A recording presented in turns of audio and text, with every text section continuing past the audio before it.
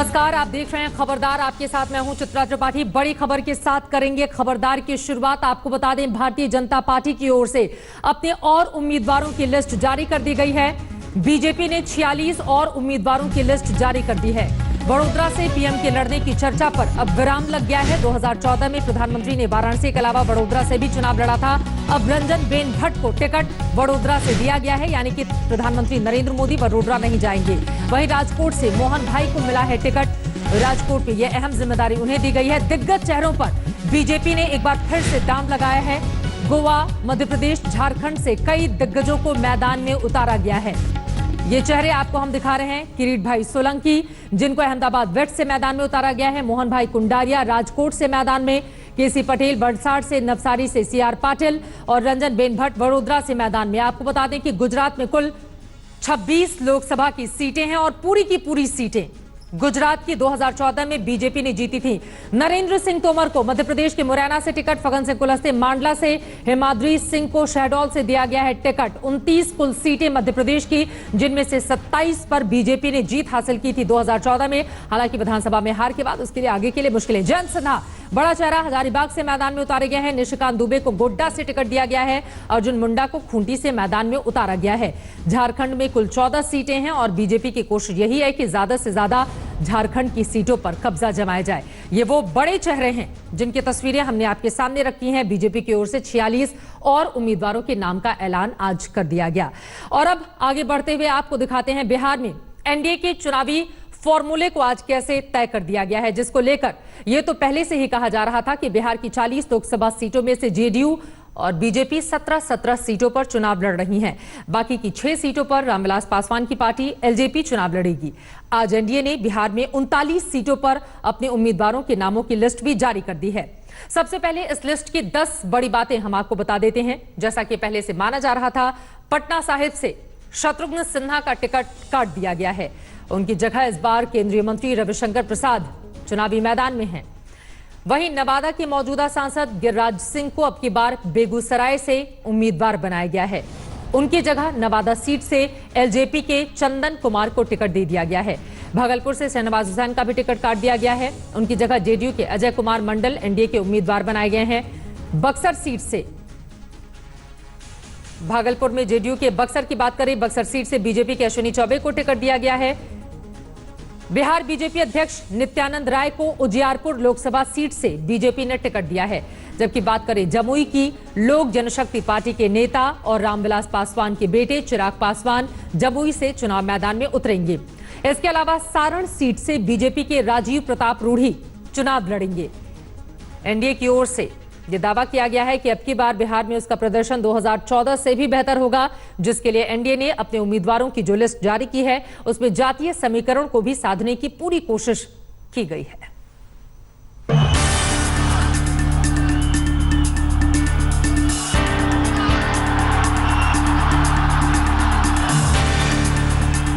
NDA राष्ट्रीय जनतांत्रिक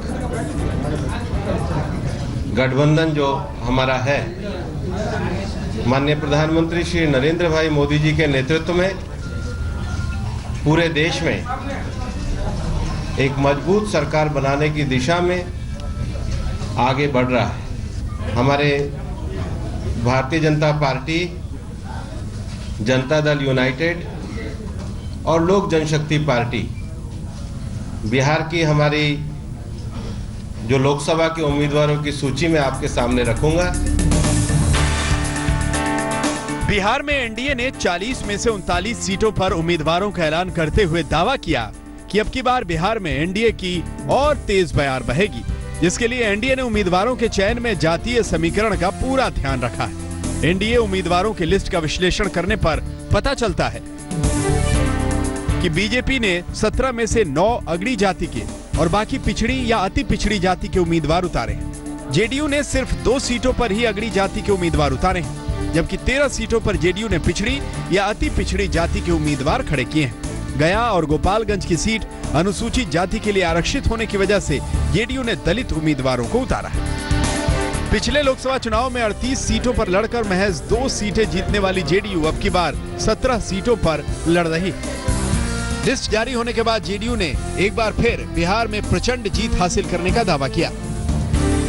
अंकगणित के हिसाब से जेडीयू, बीजेपी और एलजेपी 40 में से 38 सीटों पर अपनी बढ़त बनाए हुए हैं। ये अकेला राज्य होगा जहां एनडीए सारे कीर्तिमान स्थापित करे।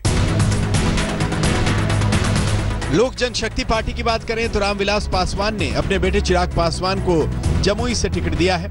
हाजीपुर से रामविलास पासवान के भाई पशुपति कुमार पासवान उम्मीदवार हैं। रामविलास पासवान के दूसरे भाई रामचंद्र पासवान समस्तीपुर से चुनाव लड़ेंगे, जबकि वैशाली से वीणा देवी और नवादा से चंदन कुमार को टिकट मिला है। इसके अलावा लोक जनशक्ति पार्टी के खाते में आई खगड़िया सीट पर अभी उम्मीदवार का नाम तय नहीं हो पाया है। लोक जनशक्ति पार्टी ने पिछले चुनाव में बिहार की 7 सीटों पर चुनाव लड़ा था और 6 सीटें जीत ली थी। रामविलास पासवान लोकसभा चुनाव नहीं लड़ने का ऐलान पहले ही कर चुके हैं। अभी भी जब हमने घोषणा किया कि नहीं लड़ेंगे, उसके बाद भी 10-15 बार जो है हाजीपुर जगह विभिन्न कार्यक्रम में जो है सो जा चुके हैं। अब वहाँ कोई लोग जो है लोग जरूर कहते हैं हम लोगों को कि परिवारवाद। दूसरा किसी को एक्सेप्ट करने को जो है तैयार ही नहीं था। वो कह दिया कि साहब दूसरा कोई आएगा तो फिर आप अपना हम जानिए कि क्या कहते हैं कि आप भी आइएगा तो भी हम लोग यह 10 सोचेंगे। पिछले लोकसभा चुनाव में बीजेपी ने बिहार की 30 सीटों पर उम्मीदवार उतारे, जिनमें से 22 सीटों पर बीजेपी को जीत मिली थी। लेकिन अब की बार सीटों के बंटवारे में बीजेपी को 17 सीटें मिली हैं और बीजेपी को 5 सीटें सहयोगियों को देनी पड़ी हैं, जिनमें से कम 4 सीटों पर बिहार बीजेपी में मनमुटाव की छाप दिखती है। सबसे ज्यादा चर्चा नवादा लोकसभा सीट की है, जिसे मौजूदा सांसद और केंद्रीय मंत्री गिरिराज सिंह से लेकर एलजेपी को दिया गया है। इसकी जगह गिरिराज सिंह को बेगूसराय से टिकट दिया गया है, जिसे बीजेपी के लिए मुश्किल सीट माना जा रहा है। ऐसा इसलिए है क्योंकि बेगूसराय सीट से कम्युनिस्ट पार्टी की टिकट पर कन्हैया कुमार लोकसभा चुनाव लड़ सकते हैं। वहीं आरजेडी के तनवीर हसन भी बेगूसराय सीट पर मजबूत उम्मीदवार के तौर पर देखे जा रहे हैं। कहा जा रहा है कि इसी वजह से बेगूसराय सीट पर चुनाव लड़ने के लिए गिरिराज सिंह को मनाने में काफी मशक्कत करनी पड़ी। गिरिराज सिंह ने इसको लेकर खुलेआम अपनी नाराजगी भी जताई थी। तो मैं इस पर कोई टिप्पणी नहीं करूंगा, क्योंकि ये उन लोगों के बात है।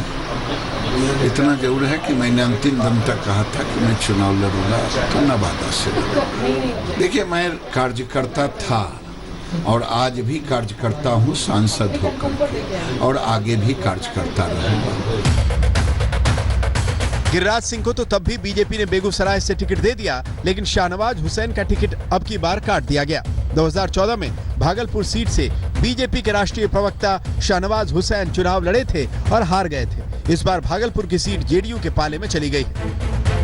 बिहार में एनडीए से पहले महागठबंधन के बीच भी सीटों का बंटवारा हो चुका है। अब देखना यह है कि बिहार में अब की बार किसकी बहार आएगी। रोहित कुमार के साथ सुजीत झा, पटना, आज तक।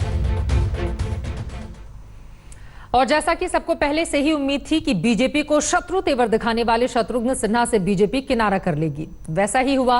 बगावती तेवर अपनाने वाले और कोलकाता में ममता बनर्जी की रैली में शामिल होने वाले वरिष्ठ नेता और बिहारी बाबू यानी शत्रुघ्न सिन्हा का टिकट काटकर अब की बार बीजेपी ने पटना साहिब सीट से केंद्रीय कानून मंत्री रविशंकर प्रसाद को मैदान में उतारा है। खबर है कि पटना साहिब से मौजूदा सांसद शत्रुघ्न सिन्हा जल्द ही कांग्रेस में शामिल हो सकते हैं। उनकी जगह लेने वाले रविशंकर प्रसाद अब की बार राजनीतिक करियर में पहली बार चुनाव लड़ने जा रहे हैं। इसके पहले वो 3 बार राज्यसभा सांसद रहे हैं। टिकट कटने के बाद शत्रुघ्न सिन्हा की ओर से अभी तक कोई भी प्रतिक्रिया सामने नहीं आई है, लेकिन पटना साहिब से टिकट मिलने के बाद रविशंकर प्रसाद ने आज तक के साथ बातचीत करते हुए खुशी जताई है और अपनी जीत का दावा भी किया। हमारे साथ यहाँ पे जुड़ रहे हैं यूनियन मिनिस्टर रविशंकर प्रसाद। सर, आप पटना से अब अपकमिंग इलेक्शंस लड़ेंगे, तो ये बताइए कि आपको कितनी उम्मीदें हैं, कितनी सीटें आएंगी?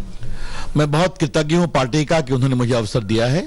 पटना मेरा अपना बहुत ही प्यारा शहर है, जहाँ मैं पैदा हुआ, जहाँ मैंने पढ़ाई लिखाई की, जेपी मूवमेंट, संघ, विद्यार्थी परिषद सब में सक्रिय रहा, वकालत शुरू की, और हम लोग बहुत ही ऐतिहासिक रूप से जीतेंगे, आपको विश्वास दिलाना चाहते हैं। और पटना के लोग नरेंद्र मोदी को दोबारा प्रधानमंत्री बनाना चाहते हैं। सर, किन मुद्दों पे लड़ाई होगी? बिकॉज सामने आपके है महागठबंधन, तो आप किन विचारों के साथ और आप इन किन बातों पे ये जो अपकमिंग इलेक्शन है ये लड़ेंगे? आशा बनाम अवसरवाद, कैसा भारत हम बनाना चाहते हैं, नरेंद्र मोदी को भारत का प्रधानमंत्री बनना है या 4 महीना 40 दिन और 6 महीने के प्रधानमंत्री बनना है, जहां सभी भ्रष्ट लोग जुट जाएं एक साथ, या ईमानदारी से देश आगे बढ़े, सुखी, समृद्ध, आशावान और सुरक्षित भारत, यह है मुद्दा। ये थे रविशंकर प्रसाद जो कि कह रहे हैं कि 40 में से 40 सीटें आएंगी, और वो ये भी कह रहे हैं कि उनका जो पॉइंट है वो पूरी तरीके से तैयार है, और पार्टी को उन्होंने धन्यवाद दिया है कि उन्होंने पटना से उनको टिकट दी गई है। पूरी तरीके से तैयार है रविशंकर प्रसाद अपकमिंग इलेक्शंस के लिए। ऐश्वर्या पालीवाल, आज तक, कैमरा पर्सन सुधीर कुमार के साथ। 40 में से 31 सीटें 2014 में एनडीए को मिली थी। फिलहाल आज एक तरफ एनडीए ने बिहार में अपने उम्मीदवारों की घोषणा की, तो वहीं दूसरी तरफ पूर्णिया में कांग्रेस अध्यक्ष राहुल गांधी ने रैली करके बिहार में कांग्रेस के चुनाव प्रचार का बिगुल फूंक दिया। अपनी रैली में मोदी सरकार पर गरजते हुए राहुल गांधी ने आरोप लगाया कि मोदी सरकार सिर्फ अमीरों के लिए काम कर रही है, और दावा किया कि कांग्रेस सत्ता में आई तो वो इस तस्वीर को बदल देंगे। बिहार में बेरोजगारी, किसानों की माफी, कर्ज माफी और राफेल के बहाने सीधे पीएम मोदी पर निशाना साधने के बाद राहुल गांधी ने पश्चिम बंगाल में भी चुनाव प्रचार की शुरुआत की और मालदा में रैली करते हुए ममता बनर्जी की तुलना पीएम मोदी से कर दी। लोकसभा चुनाव की घोषणा के बाद कांग्रेस अध्यक्ष राहुल गांधी पहली बार बिहार पहुंचे और पूर्णिया से बिहार के चुनाव प्रचार के आगाज की शुरुआत से लेकर अंत तक पीएम मोदी पर निशाना साधते रहे और एक बार फिर चौकीदार चोर है के नारे लगवाए। देखिए, मजे की बात देखिए, पहले नारा चलता था अच्छे दिन, लोग कहते थे अच्छे दिन, जनता कहती थी आएंगे। अब देखिए, मैं कुछ नहीं कहने वाला, देखिए नया नारा सुनिए, चौकीदार चौकीदार। तो ये क्या हुआ, ये क्या हुआ 5 साल में कि चौकीदार चोर बन गया। कहां भी आपको देखिए, मोदी जी आपसे भाषण करते हैं, आपको कहते हैं मित्रों, मगर अनिल अंबानी को भाई कहते हैं। मित्रों के जेब से पैसा निकालकर नरेंद्र मोदी ने भाइयों को दे दिया। बिहार में अपनी पहली रैली को संबोधित कर रहे राहुल गांधी ने दावा किया कि पिछले 5 साल में पीएम मोदी ने जो फिल्म चलाई है वो फ्लॉप हो चुकी है। राहुल गांधी ने बिहार की जनता से अपील करते हुए कहा कि अब मोदी सरकार को बदलने का वक्त आ गया है। प्रधानमंत्री अगली बार यहाँ आएगा, उससे कहना भाई नीचे झुक के जाओ, वायदे किए थे तुमने हमसे, 2 करोड़ रोजगार देने का वायदा किया था, तुमने झूठ क्यों बोला? 15 लाख रुपए देने की बात की थी, झूठ क्यों बोला? किसान का कर्जा माफ करने की बात की थी, झूठ क्यों बोला? रैली के दौरान मोदी सरकार के खिलाफ अटैकिंग मोड में बोलते हुए राहुल गांधी ने आरएसएस को भी निशाने पर लिया। उन्होंने कहा कि वो बीजेपी, मोदी और आरएसएस से नहीं डरते। बाकी दुनिया नरेंद्र मोदी से डरती है, मुझे कोई फर्क नहीं पड़ता। मैं नरेंद्र मोदी, बीजेपी, आरएसएस से नहीं डरता। बिहार के युवाओं जग जाओ, आपके जेब में से हर रोज पैसा छीना जा रहा है, आपका पैसा लूटा जा रहा है। चौकीदार नरेंद्र मोदी, फायदेमंद अनिल अंबानी। पीएम मोदी पर अटैक करने के साथ साथ राहुल गांधी ने बिहार के लोगों को कांग्रेस की तरफ आकर्षित करने के लिए कई बातें कही, जैसे कि कांग्रेस सरकार आई तो न्यूनतम आमदनी की गारंटी देंगे। हमने निर्णय ले लिया कि देखो, एक लाइन बनाएंगे, इसको हम कहेंगे, इस लाइन का नाम होगा मिनिमम आमदनी लाइन। समझ गए? मिनिमम आमदनी लाइन मतलब कम से कम आमदनी वाली लाइन हम बना देंगे। इतने रुपए की हिंदुस्तान में कम से कम आमदनी होगी, ठीक है? अब जो भी उस लाइन से नीचे है, चाहे वो युवा हो, बुजुर्ग हो, जो भी उस लाइन से नीचे है ना, उसके बैंक अकाउंट में कांग्रेस पार्टी सीधा पैसा डाल देगी। बिहार के पूर्णिया में पीएम मोदी को कोसने में कोई कोर कसर न छोड़ने के बाद राहुल पश्चिम बंगाल पहुंचे, जहां उन्होंने मालदा में रैली को संबोधित करते हुए ममता बनर्जी और नरेंद्र मोदी को एक जैसा करार दे दिया। तो एक तरफ नरेंद्र मोदी जी झूठी बात बोलते हैं, दूसरी तरफ यहाँ आपकी चीफ मिनिस्टर वायदे के ऊपर वायदे करते रहते, मगर आपका यहाँ कुछ नहीं होने वाला है। अप्रैल 2016 के बाद से राहुल पश्चिम बंगाल में पहली बार रैली कर रहे थे, जहां उनके निशाने पर पीएम मोदी से ज्यादा ममता बनर्जी थे। राहुल गांधी ने आरोप लगाया कि ममता की टीएमसी वामपंथियों की तरह हथकंडे अपनाती है। जो अत्याचार सीपीएम के समय होता था, वही अत्याचार आज ममता जी के समय हो रहा है। उस वक्त एक संगठन के लिए सरकार चलाई जाती थी, आज एक व्यक्ति के लिए सरकार चलाई जा रही है। तो यहाँ जब तक कांग्रेस पार्टी की सरकार नहीं आएगी, बंगाल में कांग्रेस पार्टी की सरकार नहीं आएगी, तब तक बंगाल में प्रगति नहीं हो सकती है। पहले बिहार और फिर बंगाल में राहुल गांधी के तेवर देखकर तो ऐसा ही लगता है कि उन्हें अब की बार कांग्रेस से कुछ ज्यादा ही उम्मीदें हैं। ममता बनर्जी पर राहुल गांधी के तीखे वार तो इसी तरफ इशारा करते हैं। आज तक bureau.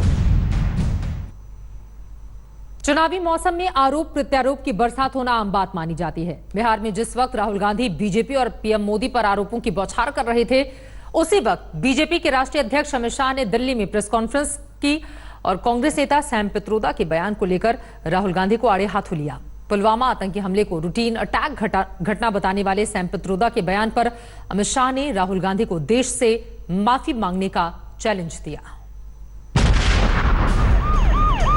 8 people come and do something, you don't jump on the entire nation.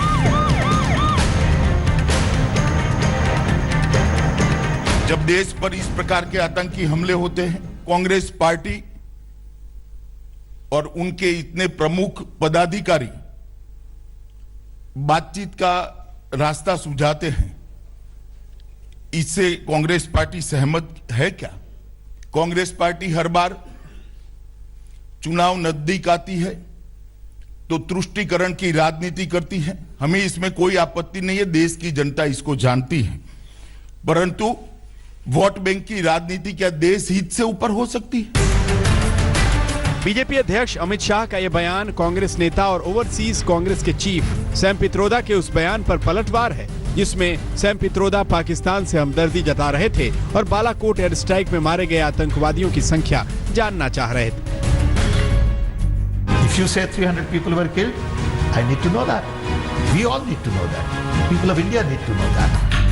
वैसे तो अमित शाह ही थे जिन्होंने सबसे पहले देश को यह बताया था कि बालाकोट एयर स्ट्राइक में 350 से ज्यादा आतंकी मारे गए, लेकिन अब अमित शाह को लगता है कि सैम पित्रोदा के बयान से सेना का अपमान हो गया है, देश की सुरक्षा पर सवाल खड़ा हो गया है और आतंकवादियों का मनोबल बढ़ गया है। लेकिन अमित शाह चाहते हैं कि अपने नेता के बयान पर राहुल गांधी देश से माफी मांग लें। कोई भी बयान देना, तुष्टीकरण की पॉलिटिक्स करना आपकी रणनीति का हिस्सा है। कभी बीके हरिप्रसाद को व्यक्तिगत बयान बता देते हैं, कभी दिग्विजय सिंह के बयान को व्यक्तिगत बयान बता देते हैं, कभी पी चिदम्बरम के बयान को व्यक्तिगत बयान बता देते हैं, कभी कपिल सिब्बल के बयान को व्यक्तिगत बयान बता देते हैं। मैं मानता हूं कि देश की जनता इसको अब समझ चुकी है और कांग्रेस अध्यक्ष ने स्वयं इस बयान के लिए माफी मांगनी चाहिए। अमित शाह चाहते हैं कि सैम पित्रोदा के बयान पर राहुल गांधी अपना स्टैंड क्लियर करें, लेकिन सैम पित्रोदा के बयान पर कांग्रेस अपना स्टैंड क्लियर कर चुकी है और कह चुकी है कि सैम पित्रोदा का बयान उनका निजी बयान था, लेकिन अमित शाह के मुताबिक राजनीति में कुछ भी निजी नहीं होता। एक कांग्रेस अध्यक्ष श्री राहुल गांधी की रणनीति का हिस्सा है वोट बैंक की ओछी राजनीति, तुष्टीकरण की राजनीति, इर्द गिर्द से लोगों से कराते रहो, बयान से किनारा करते रहो, देश हित के ऊपर वोट प्राप्त करने की राजनीति करते रहो। मैं आपके किनारे को देश की जनता ठीक तरह से समझती है, इसीलिए आपको किनारे कर दिया है।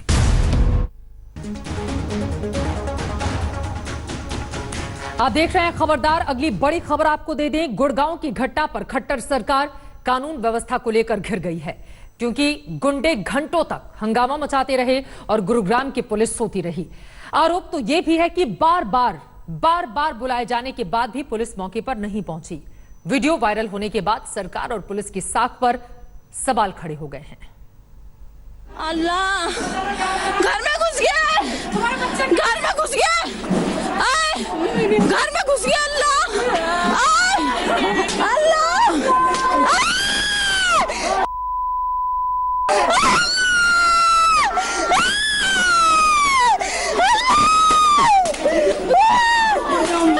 लोकतंत्र की लाश से उठी हुई ये चीख संविधान की आत्मा में सुराख करती हुई इंसानियत के पाताल में जाकर बैठ गई। हम जानते हैं हिम्मत चाहिए इस आर्तनाद को सुनने के लिए, लेकिन जुटाइए हुजूर, क्योंकि इन चीखों में हमारे हालात का चेहरा है।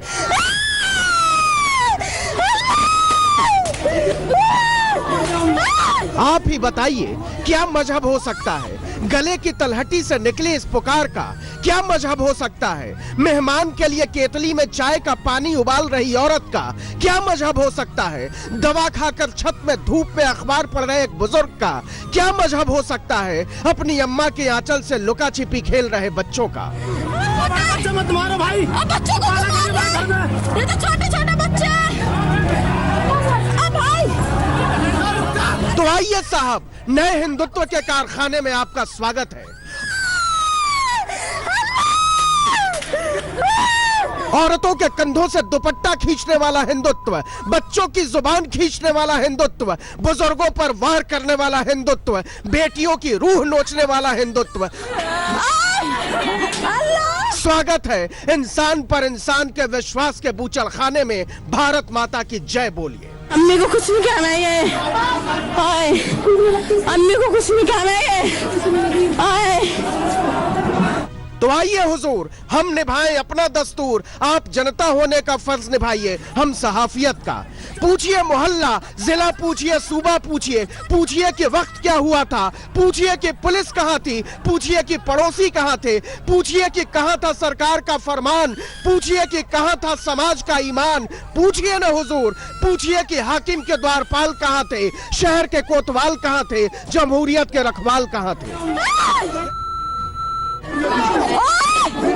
अल्लाह, घर में घुस गया, घर में घुस गया, घर में घुस गया। अल्लाह,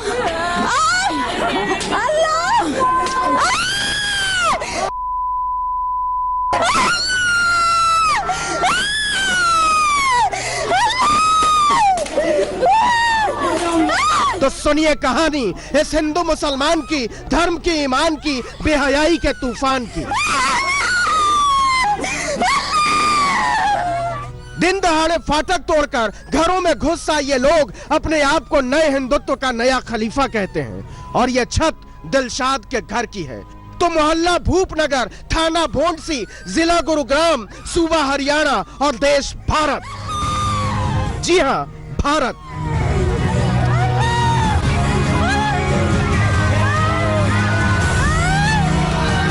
हमारा भारत, आपका भारत, बापू का भारत, नेहरू का भारत, अंबेडकर का भारत, ज्योतिबा का भारत, पेरियार का भारत, वही भारत जहां हम सब रहते हैं।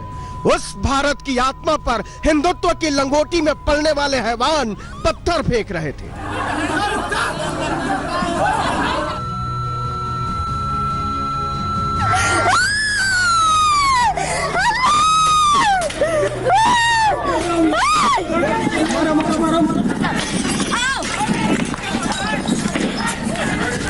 ये न्यू इंडिया का भारत माता की जय है। नए हिंदुत्व की पताकाएं, पत्थर ऐसे बरस रहे थे जैसे आसमान से ओले, क्योंकि यह घर एक मुसलमान का घर था।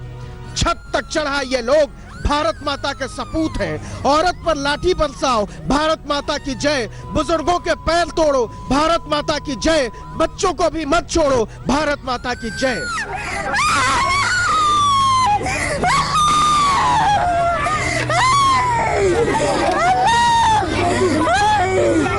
एक औरत रोकने की कोशिश करती है, बुजुर्गों को क्यों पीट रहे हो, बच्चों को क्यों पीट रहे हो, मार ही डालोगे क्या? लेकिन नए हिंदुत्व के ध्वजाधारी इंसानियत की लाश पर धर्म की पताका लहराने चले थे।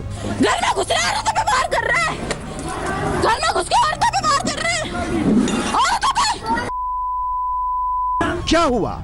किस सोच में पड़ गए? देखिए आदमी के माथे से रिसता हुआ खून, देखिए बेहोश नौजवान, घायल बच्चे, लहूलुहान लोग और अपनी आबरू के लिए हाथ जोड़ती औरतों के मिन्नतें। विश्वास के बूचड़ खाने में बदल दिए गए न्यू इंडिया में आपका स्वागत है। घर में ओ भाई, ओ भाई, हाथ जोड़ रहे भाई। अरे भाई, हमारे बच्चे हैं यार, बच्चे हमारे छोटे छोटे। बच्चे मत मारो भाई, बच्चों को घर में, ये तो छोटे छोटे बच्चे हैं। कौन मानता और क्यों मानता? भूपनगर के चौराहे पर हिंदुत्व की बारात निकली थी। सारे हाथ जोड़ रहे भाई, मान जाओ।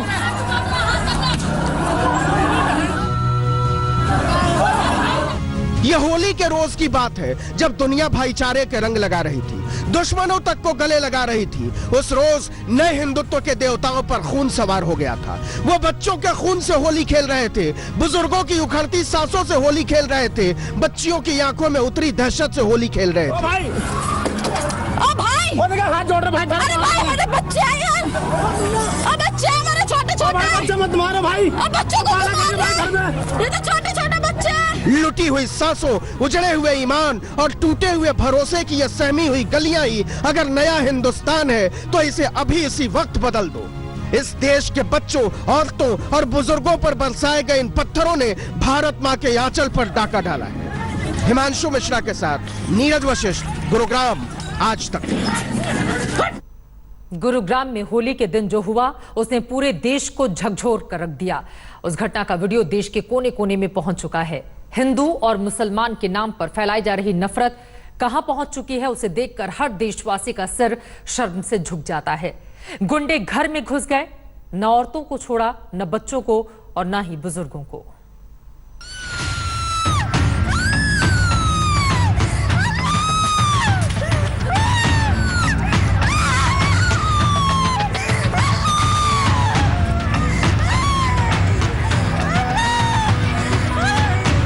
इन चीखों, इन तस्वीरों पर किसी भी आदमी का दिल बैठ सकता है, लेकिन एक शर्त है, उस दिल में धड़कने बाकी भी है। तो हुआ क्या था, गुनाह क्या था, या फिर यह हिंदुस्तान में बहाई जा रही पाकिस्तान की कल्पनाओं का कातिलाना रूपांतरण भर था?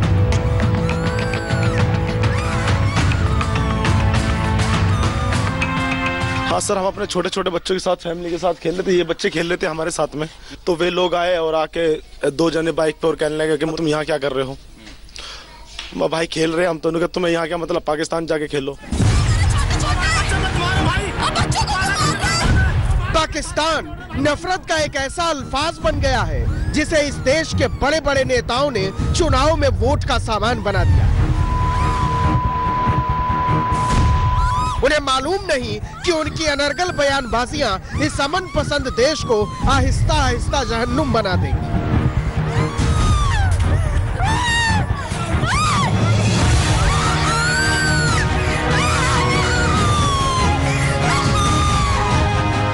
पाकिस्तान चले जाएंगे। पाकिस्तान की भाषा बोल रहे हैं। सोचिए, संसद पहुंचने के लिए, सरकार बनाने के लिए, राज करने के लिए इस देश के भाईचारे में आग लगाने वाले इन बयानों ने गुरुग्राम के गुमनाम भूपनगर तक को घसीट लिया। तो पाकिस्तान चले जाइए, अरब चले जाइए, पाकिस्तान अच्छा होगा, वो भारत में रह करके क्या करेंगे। यही तो कह रहे थे भूपनगर के गुंडे कि ये देश तुम्हारा नहीं है, तुम्हारी खप गई पुश्तों को हम हिंदुस्तानी नहीं मानते, तुम पाकिस्तान चले जाओ। क्यों है, क्या कर रहे हो? भैया कहने लगे हम क्रिकेट खेलने के लिए तो पाकिस्तान में होना चाहिए, यहाँ क्या कर रहे हैं? चश्मदीद बताते हैं कि वो लोग धर्म का नाम लेकर चिल्ला रहे थे कि आज नहीं छोड़ेंगे। घर में मेहमान आने वाले थे, महिलाएं रसोई में थी और तभी हैवानों के एक झुंड ने दरवाजा पीटना शुरू किया। घर में घुस गया, घर में घुस गया, अल्लाह, अल्लाह।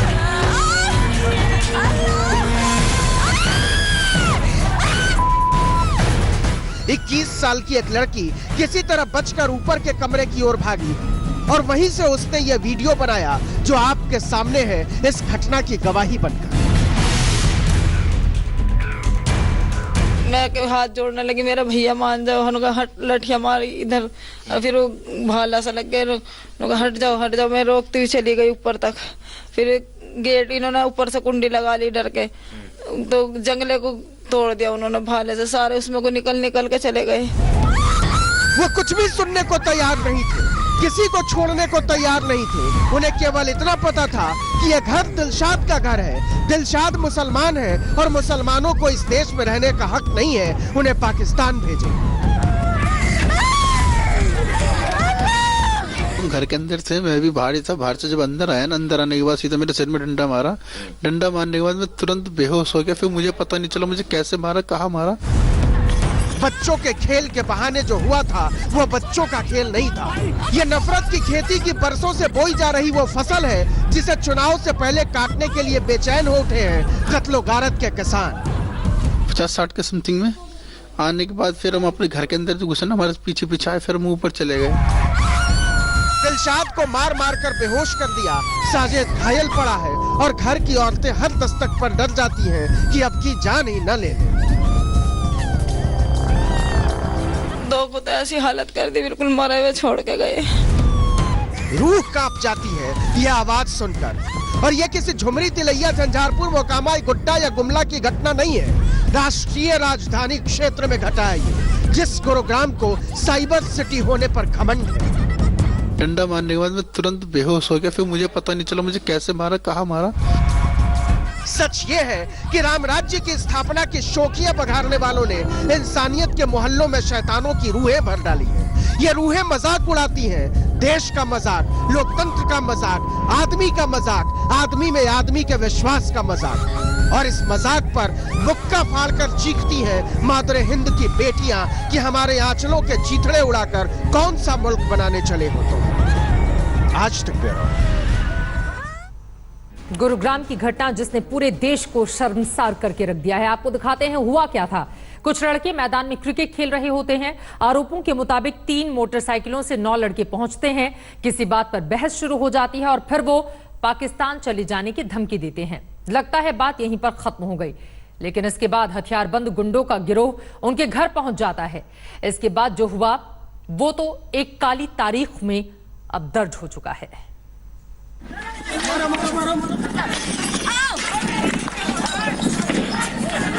भूपनगर के चौराहे पर शैतानों की टोली हथियार लहरा रही थी। हरियाणा में राम राज्य की बेलें छितराई हुई थी और गुरुग्राम की पुलिस आराम से लाल बत्ती पार करने वालों की पर्चियां काटने में व्यस्त थी। हाथ जोड़ रहे भाई, मान जाओ। शहर कोतवाल अपनी कोठी में आराम फरमा रहे थे, दारोगा जी सियासत के समाचार पढ़ रहे थे और बीट कांस्टेबल अपने मोबाइल में सूचना क्रांति के मजे ले रहे थे।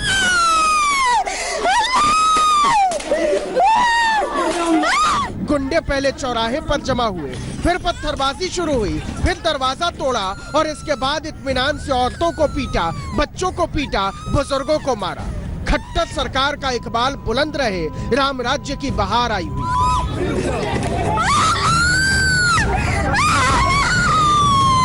तो गुरुग्राम की पुलिस क्या कर रही थी सुनिए। कुछ लूडो खेल रहे थे, कुछ आइस पाइस खेल रहे थे, कुछ हजामत बनवा रहे थे, कुछ मोबाइल में नया वीडियो देख रहे थे और कुछ बैरकों में रामराज की स्थापना का जश्न मना रहे थे। और राम राज्य में पुलिस का मौके पर पहुंचना वर्जित होता है क्योंकि धर्म खतरे में पड़ जाता है। वहाँ क्रिकेट खेलने से मना किया, जो इस बात को लेकर के इनकी लड़ाई हुई है, जिन्होंने थप्पड़, मुक्के, डंडों और तलवार आदि से जो है ना इन पर वार किए। तो आपकी पलटन क्या कर रही थी सरकार? कहाँ थे आप? मौके पर पहुंचे क्यों नहीं? आरोप है कि पीड़ितों ने कई बार 100 नंबर पर फोन किया लेकिन पुलिस नहीं आई। घर के मुखिया साजिद के बेटे समीर ने तो यहाँ तक कहा कि वो खुद पुलिस को लेने भोंडसी थाने गया था, लेकिन वो टस से मस्त नहीं हुई। हत्या के प्रयास और मारपीट का और घर में 452 आईपीसी जो है, इसमें 307 आईपीसी और 427 आईपीसी के तहत जो है ये मामला दर्ज हुआ है भोंडसी पुलिस स्टेशन में। इस अफसर की आरती उतारिए। राम राज्य ऐसे ही पुलिस वालों के दम पर जिंदा है। इन्हें वीरता के पदक दिलवाइए कि इन्होंने गुंडागर्दी की परंपरा को, हैवानियत की परंपरा को, बेहयाई की परंपरा को अपनी काहिली के दम पर जिंदा रखा है। मुझे तो मरे हुए छोड़ के तब गए हैं भाई, अब चलो चलो काम हो गया है। सर में चोट लगी है, ये भाला लगा हुआ है, एक पैर में लगा हुआ है भाला। ये वही गुरुग्राम है जहां मैदान में नमाज पढ़ने पर वजू से पहले पहुंच जाती है पुलिस, और वही पुलिस दर्जनों हथियारबंद लोगों के दिन दहाड़े धावा बोल देने पर, सरेआम औरतों पर हमला बोलने पर, भाले लहराने पर थानों में बैठकर लस्सी पीती रहती है और ठहाके लगाते रहते हैं पुलिस कमिश्नर। जो आरोपियों की पहचान करके उनको अरेस्ट करके और जल्द से जल्द गिरफ्तार किया। ये बात, ऐसे पुलिस वाले आते कहां से हैं? धरती पर तो ऐसी ट्रेनिंग नहीं होती होगी कि भरी दोपहरी में शहर के चौराहे पर हथियारों के साथ धावा बोलने जाते हुए गुंडों की खबर पर इनकी आंखों में मोतियाबिंद उतर आता है और जब लगता है कि इज्जत तार तार हो गई है तो ये धर्मराज युधिष्ठिर बन जाते हैं। देखिए, बहुत ही दुर्भाग्यपूर्ण घटना है और कहीं न कहीं ये हम देखते आए हैं हरियाणा में खट्टर सरकार के तहत इस तरह के वाक़ये होते रहे हैं। आपको याद होगा जब बीफ बैन का मुद्दा भारतीय जनता पार्टी और इनके दूसरे संगठनों ने छेड़ा था, तब खुद मुख्यमंत्री खट्टर, उनका एक मीडिया को स्टेटमेंट था कि जो कोई बीफ खाता है उसको पाकिस्तान चले जाना चाहिए। तो ये इस तरह से विभाजन की राजनीति करना, ये भारतीय जनता पार्टी और उनके जितने और फ्रिंज एलिमेंट ग्रुप हैं, ये उनकी फितरत रही है, ये उसी का एक भाग है। हाथ जोड़ रहे भाई, अरे भाई मेरे बच्चे हैं यार। बात किसी सरकार की नहीं है और न ही बात किसी पुलिस की है। बात तो है भारत नाम के उस विचार की जिसे बचाने के लिए गांधी ने गोली खाई थी। हम उसे बचा पाएंगे या नहीं? आज तक सबको शर्मसार करने वाली गुरुग्राम की घटना पर राहुल गांधी ने अपनी तीखी प्रतिक्रिया व्यक्त करते हुए बीजेपी और संघ को घेरा है। राहुल गांधी ने ट्वीट कर कहा कि बीजेपी और संघ राजनीतिक सत्ता के लिए नफरत और कट्टरता को बढ़ावा देते हैं।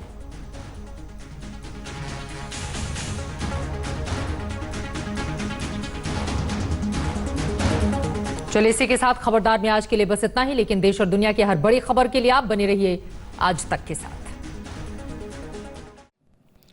लेटेस्ट खबरों के लिए यूं ही देखते रहिए आज तक और इस वीडियो के पसंद आने पर लाइक, शेयर और सब्सक्राइब करना ना भूलें।